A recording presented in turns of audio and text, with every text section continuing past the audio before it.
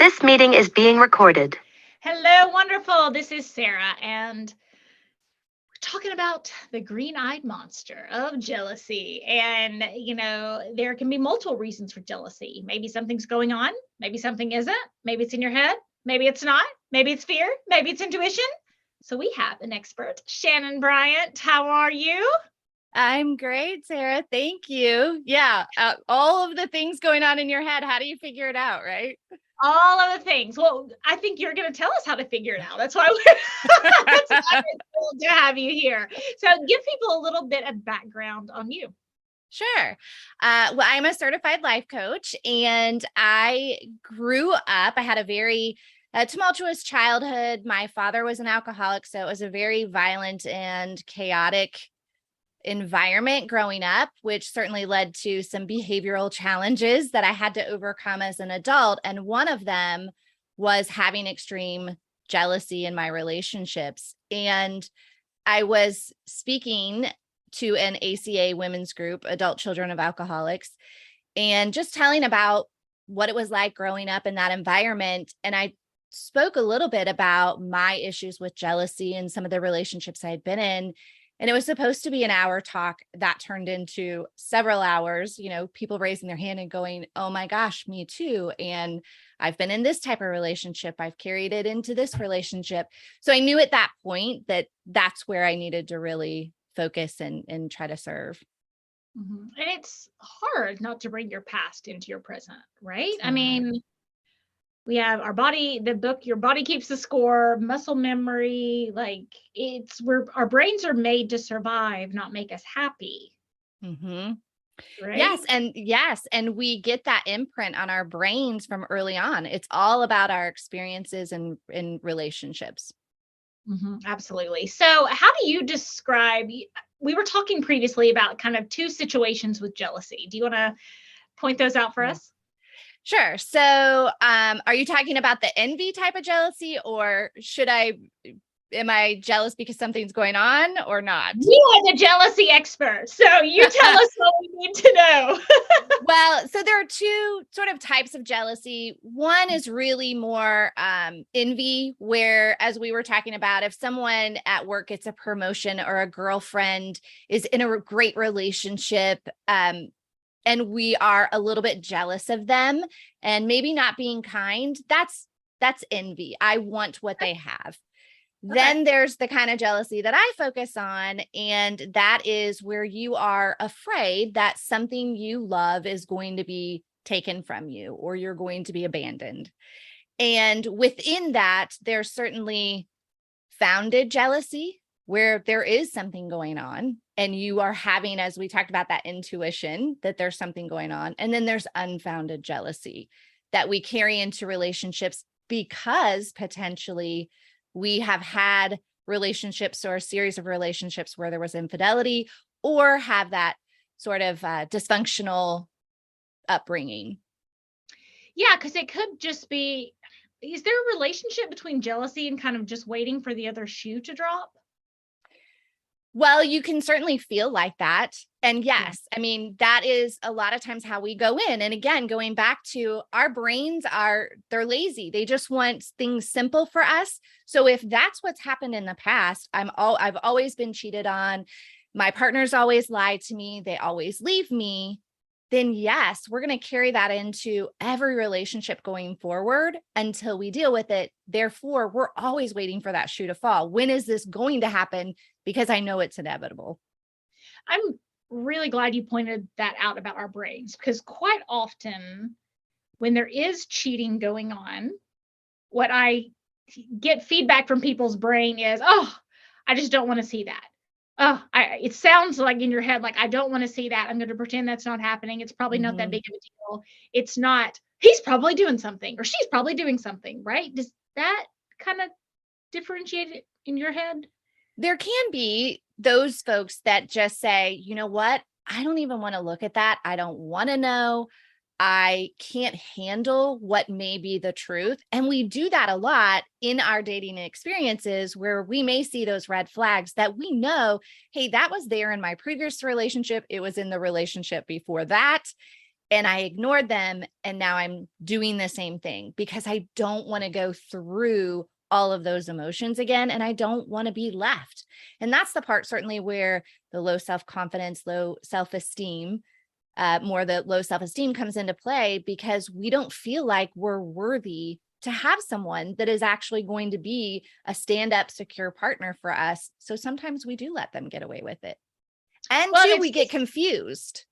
and If- confused, very confused, right? I was Yeah. at a school meeting today, and the school psychologist was talking about friends and saying, as like kids and forming friends and stuff. And they said kind of like, well, kids are social creatures, adults are social creatures, humans are social creatures.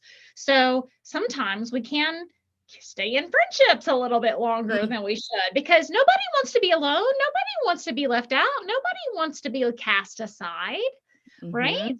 Yes. So brains can play tricks on us. Oh, Yes. that friend was really mean at that guy wasn't saying that. Oh, he wasn't really sending that text. Oh, she wasn't really, whatever it is. It's 100%. Yeah. yeah. Yes. So much of humanity in our brains, I think, work to our disadvantage rather than our advantage. Oh, Yeah.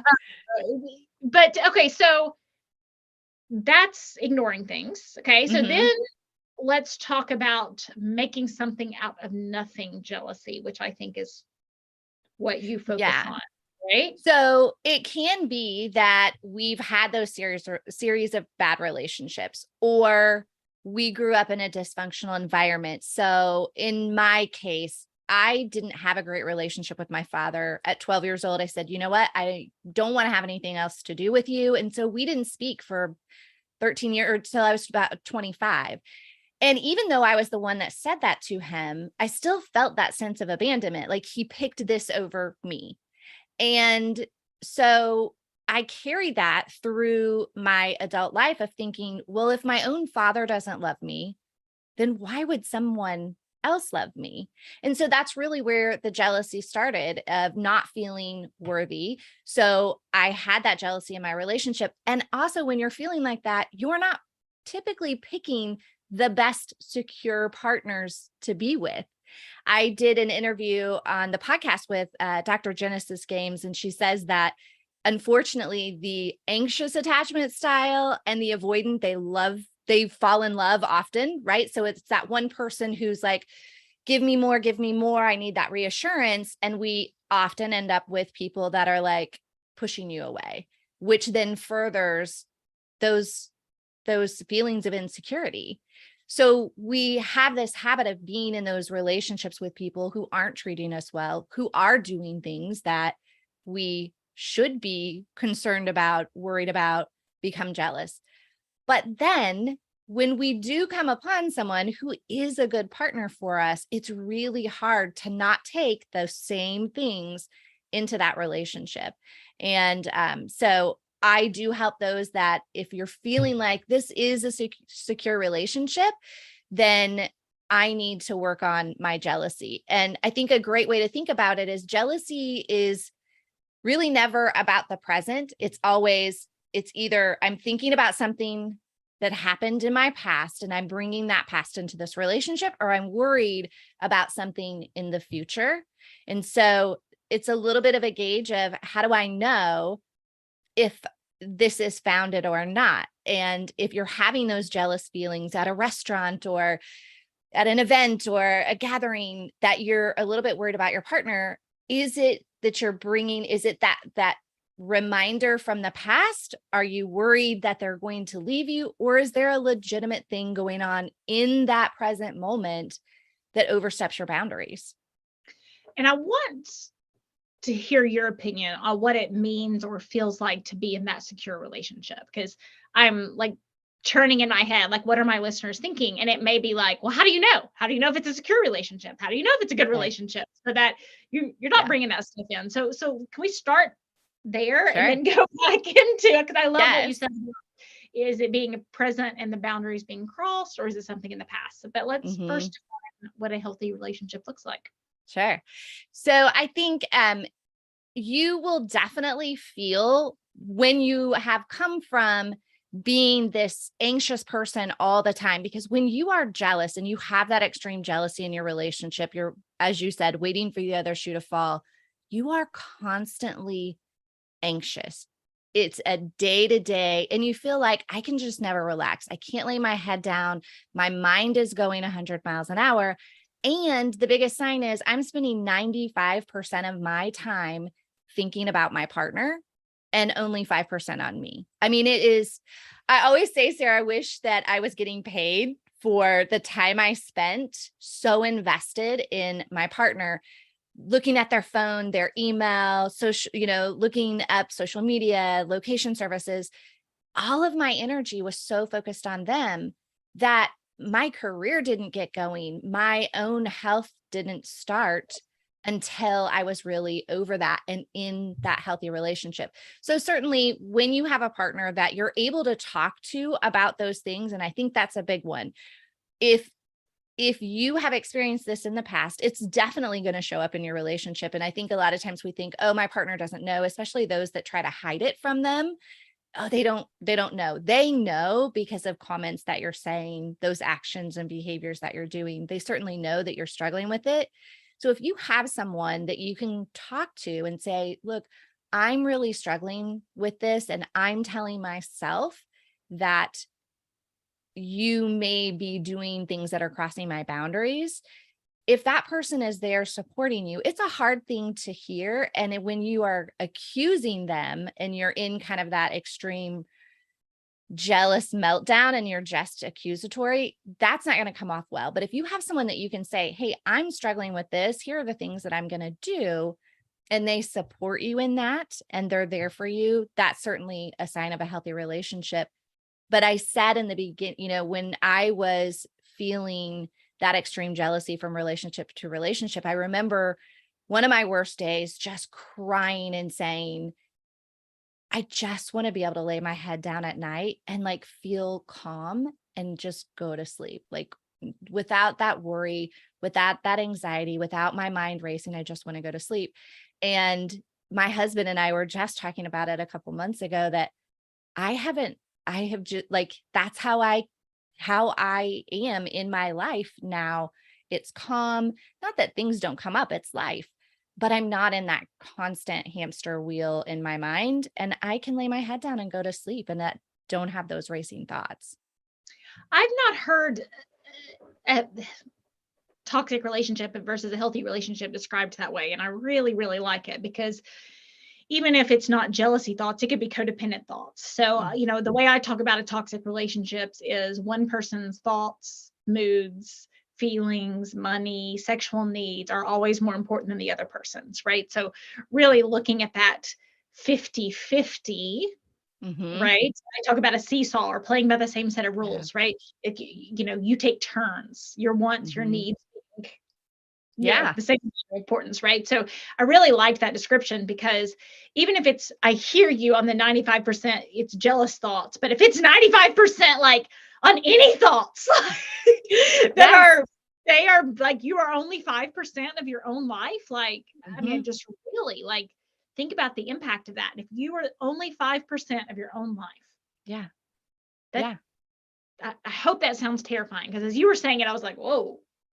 And quite honestly, in a healthy relationship, it doesn't even feel like 50-50. It feels like I'm 95% of my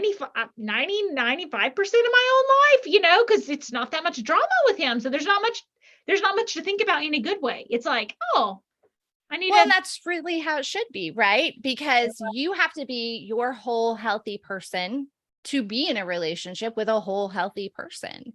And so, and it gets to that point where it doesn't require, that much attention and concentration. We all have to do stuff to keep a relationship going, but it shouldn't be that it's consuming your thoughts. Right. Great. Yeah. It's kind of like, okay, let me make sure. Well, I just started a load of laundry, before this, right? He had set some stuff out. I was like, oh, he put our laundry out. He must be a sign that he needs some new clothes. Great. Let me do the laundry, and make sure he has what he needs. Not, is he going to be mad at me? Is something wrong? Is he cheating on me?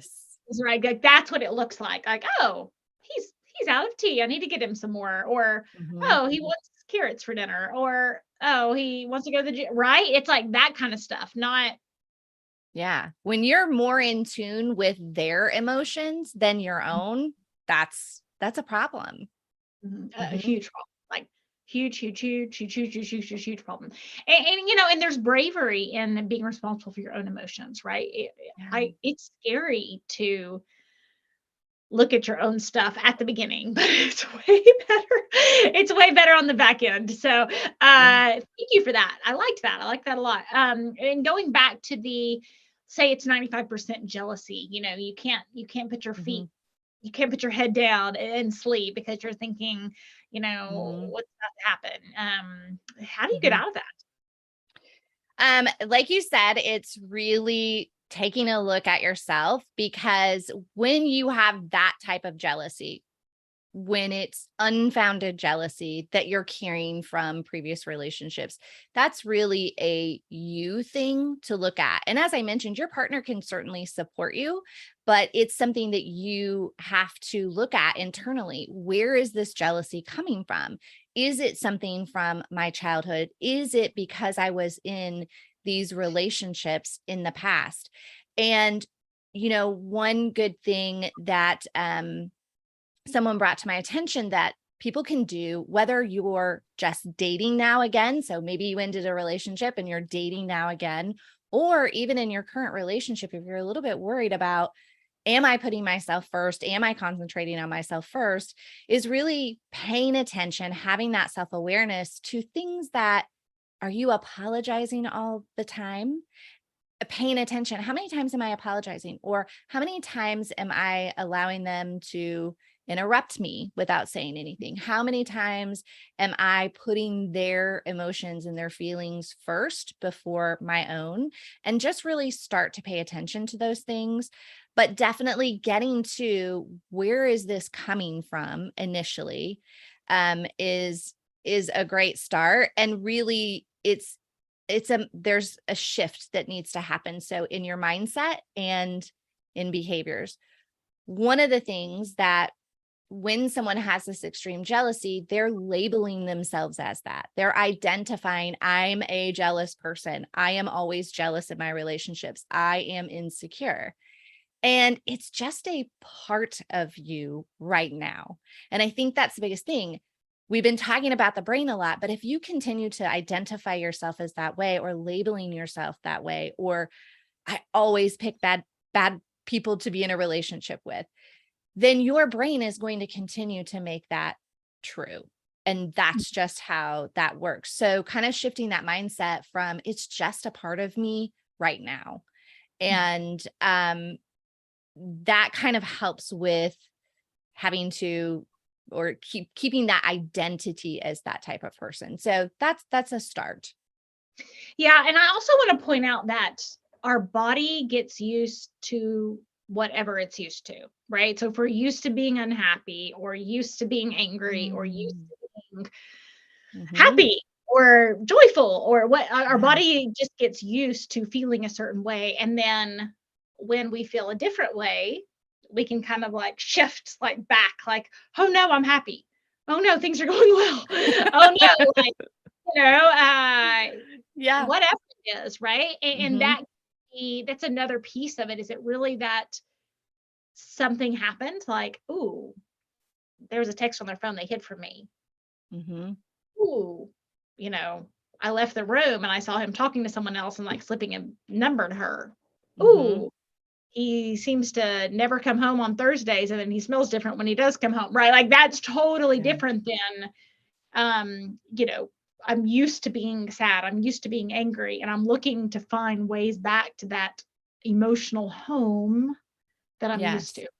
Yes. And one of the pieces that I help people with is that being open to. So being open to a new explanation, being open to a new experience, being open to, any of those things, because I love that you touched on that. We don't sometimes know any different. And so looking back years ago at a restaurant and going into it 100%, I'm already identifying the female threats in the restaurant that I know that my boyfriend's going to look at. He's going to check them out. He's going to want to be with them, all of those things that are going on in my head. And the minute he would look in that direction, well, that's it. 100%. That's what happened. I saw it with my own eyes. I heard it with my own ears. No one could have convinced me that that didn't happen. And so a big part of it, whether it's founded jealousy and being open to, hey, I don't have to settle or be with this person that's going to continue to, I don't have to, and be open to that. So open to new explanations and experiences, all of that is super important. Mm-hmm. Well, when you think about the loneliness piece, right? And there is actually somebody else I was talking to today, and they were found out some really terrible things about their parent. Their mom had they had gotten into Berklee School of Music, and their mom had hidden the acceptance letter, and they were cleaning out the garage like 20 or 30 years later, and like the oh mom my goodness, right? Yeah, this is a conversation I had with someone today. Right? I mean, it's very tragic, I mean, it's tragic, and this person followed it up with saying, and it was a male, and I've been in bad marriages, I've been in this, and it's, I tend to stay too long. Right. Yeah. So because it's lonely, it's lonely to leave. There is a loneliness to like, hey, mom, that sucked. And a conflict to that. Hey, wife, you can't do that. There's a conflict to that. Right. Yeah. And a conflict, if there is certain things happening that are true and you do need to leave the relationship, how do you manage that loneliness? Oh my gosh, we all know that feeling, right? Of being single or just wanting someone in our lives to share things with, to be with, and to feel like we're getting that love back. We all, as humans, we need that. So it is very important to have, and that does keep us stuck a lot. Part of that is going back to thinking that you're not worth having someone that does care about you. There's almost this sense of scarcity of good people, because again, we've seen over and over and over, this is a bad person. This always happens. So why would I leave this? My mom used to always say, why trade one set of problems for another? I think people get that thought of where at least this, I know what to expect and I'm not by myself, but it's that fear of not feeling worthy that we think that there's a scarcity of good people for us to be with. So I really try to encourage people to think about it's not a scarcity situation. And yes, it may take a little bit of time, but also during that time of really getting to know yourself. And we all hear that when you're single, that is the best time to really do some me search and, and figure things out so that you don't take it into the next relationship. Because if you really look at it, if I go from relationship to relationship to relationship, which is what we do because we don't want to be alone, then I'm 12 years down the road and I'm starting over again instead of figuring out my self-worth, standing by that and knowing, and then finding a relationship that may have taken you a little bit to find, but then that's, a standing relationship for a lifetime. So I understand the piece of, I don't want to be alone, but a lot of it does come from not feeling worthy or being afraid that there are not enough people out there for you to find. Yeah, that scarcity mindset. That's great. And thinking too, that doing self-work is selfish rather than being self-responsible. And like, I remember when Ben and I started dating and I said something along the lines of, well, it's not your job to make me happy. It's my job to figure that out. Yeah. He goes, what? And like, I've never heard that before. What? Really never heard that in 10 years of dating. It's probably what locked me on. Here we are. I got the ring, ladies. But But it really is like, it was very early in our dating process. And I was like, what? It's not your job to make me happy. Like happiness is an inside job. And he was so literally confused that I said that. Not that he'd like, and he was so sweet. He was like, well, yeah, and I need to be nice too. I said, yeah, you need to be nice or I'm not, gonna continue to be, obviously, but thinking about the self-responsibility of happiness rather than it being some type of selfish process, because, a healed and happy person is a gift to those around them, and especially a gift in a relationship, bringing it into a relationship, right? And I'm sure, Sarah, you have experienced this. When you are healthy within yourself, it feels less alone. Like you feel less alone when you are happy with yourself and you know your worth and you know where you want to go and you know your boundaries and what you're going to accept and not accept. So I think just having that healthy relationship with yourself makes you feel less alone. Absolutely. Absolutely. From birth to death, you are always stuck with you. It's like, Right. yeah. Shannon, this has been great. Will you tell people where they can find out more about you and your work? Yeah, absolutely. So my website is jealousyjunkie.com. So anyone can visit me there. And I also have the Jealousy Junkie podcast. So if anyone is experiencing that in their relationship, I'd love to have you. Awesome. And thank you so much for helping us on our journey to becoming toxic person proof. Thanks, Sarah. The recording has